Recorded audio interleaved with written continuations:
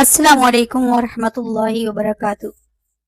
آج کا موضوع ہے خاموش سجدے اور معجزے۔ بسم اللہ الرحمن الرحیم۔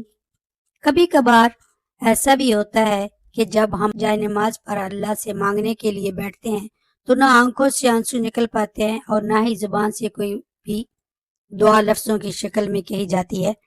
بس عجیب سی کیفیت ہوتی ہے۔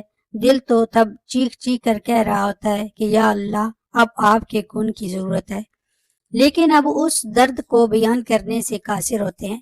اور پتہ ہے اس لمحے تمہاری اللہ سے نہیں، تمہارے دل کی اللہ سے گفتگو ہوتی ہے، اور جب ٹوٹا ہوا دل خود اللہ کی بارگاہ میں جا کر اپنی کرچیاں سمیٹنے کی فریاد کرتا ہے نا، تو اللہ اس کے لیے اپنی مدد نہیں بھیجتا، بلکہ اللہ پھر وہ کرچیاں خود سمیٹتا ہے۔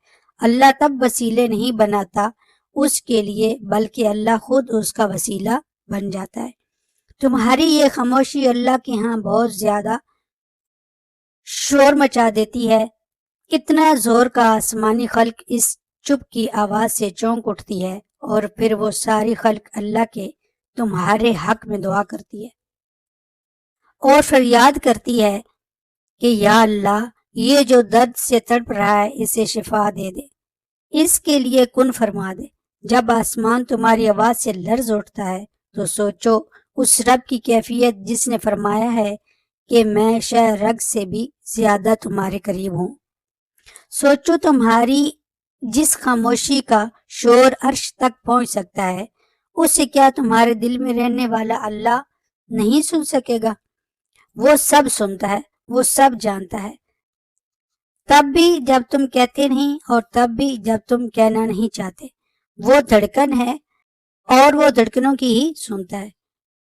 پھر ایسے معجزے کرتا ہے کہ دل پھر سے جی اٹھتے ہیں، دھڑکنیں پھر سے بحال ہو جاتی ہیں اور ویران آنکھیں شکر سے بھر جاتی ہیں۔